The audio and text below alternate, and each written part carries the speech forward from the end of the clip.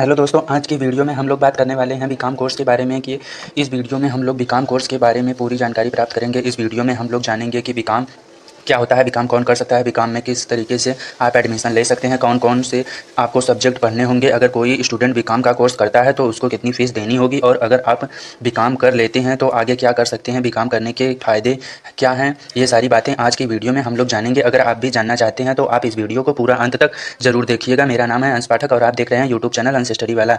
अगर आप बीकॉम का कोर्स कर लेते हैं तो दोस्तों आप ग्रेजुएट हो जाएंगे, यानी कि आपकी ग्रेजुएशन कंप्लीट हो जाएगी। अब हम लोग बात कर लेते हैं कि बीकॉम का कोर्स कौन कर सकता है। देखो गाइज, बीकॉम का कोर्स करने के लिए जो मिनिमम क्वालिफिकेशन होती है वह होती है क्लास 12। जी हाँ, आपका क्लास 12 पास होना जरूरी है। उसके बाद आप बीकॉम का कोर्स कर पाएंगे। आपने क्लास 12 में कोई भी सब्जेक्ट लिया हो, आप बीकॉम का कोर्स कर सकते हैं। आप आर्ट्स स्टूडेंट हो, कॉमर्स स्टूडेंट हो या फिर साइंस स्टूडेंट हो, कोई फ़र्क नहीं पड़ता। क्लास 12 के बाद अगर आप बीकॉम करना चाहते हैं तो बीकॉम का कोर्स आप कर सकते हैं। बहुत सारे स्टूडेंट के मन में ये डाउट होता है कि आर्ट्स स्टूडेंट बीकॉम नहीं कर सकते, लेकिन दोस्तों ऐसा नहीं। अगर आपने आर्ट्स से पढ़ाई की है तो आप बीकॉम का कोर्स कर सकते हैं। अगर हम लोग परसेंटेज की बात कर लें कि मिनिमम परसेंटेज कितना होना चाहिए क्लास 12 में, तो देखो गाइज, मिनिमम आपके 45 से 50% मार्क्स होने चाहिए क्लास 12 में। उसके बाद आप बीकॉम का कोर्स कर सकते हैं। लेकिन अगर आपके मार्क्स थोड़े से कम हैं तो भी टेंशन लेने की ज़रूरत नहीं। बहुत सारे ऐसे कॉलेज होते हैं जहाँ पे आप एडमिशन ले सकते हैं। अब हम लोग बस जान लेते हैं कि एडमिशन कैसे लें। तो देखो गाइज, जो बड़े बड़े यूनिवर्सिटीज़ हैं, कॉलेज हैं, उसमें एडमिशन लेने का सिर्फ एक ही तरीका है, आपको एंट्रेंस एग्ज़ाम देना पड़ेगा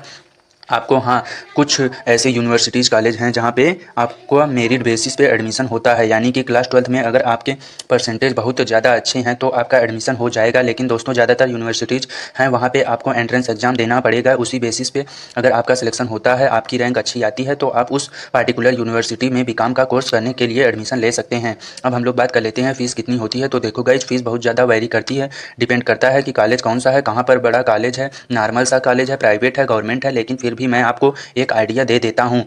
देखो, अगर हम लोग गवर्नमेंट कॉलेज की बात कर लें तो जो 1 साल की फ़ीस होती है वो होती है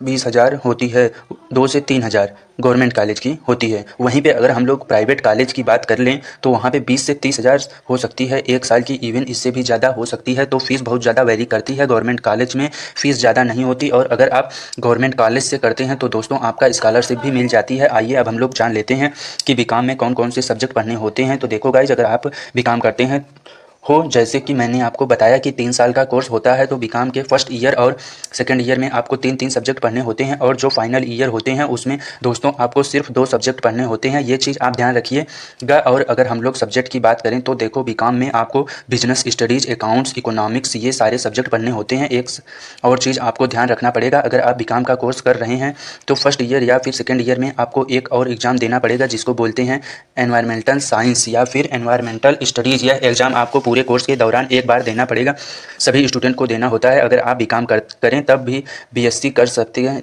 करें तब भी, बीए करें तब भी, यानी कि कंपलसरी है किसी भी स्ट्रीम के स्टूडेंट के लिए। अब यह ज़रूरी है। अब हम लोग बात कर लेते हैं कि बीकॉम करने के बाद क्या क्या फ़ायदे हैं बीकॉम करने के। तो देखो गाइज, अगर आप बीकॉम कर लेते हैं, सबसे बड़ा तो यह फ़ायदा है कि आपकी ग्रेजुएशन कंप्लीट हो जाती है। यही आपका फ़ायदा है, क्योंकि बहुत सारी वैकेंसीज आती है, चाहे गवर्नमेंट सेक्टर में या फिर प्राइवेट सेक्टर में। उसमें जो मिनिमम क्वालिफ़िकेशन चाहिए होती है वो होती है ग्रेजुएशन। तो सबसे पहले तो आप ग्रेजुएट हो जाते हैं, आपकी ग्रेजुएशन कंप्लीट हो जाती है।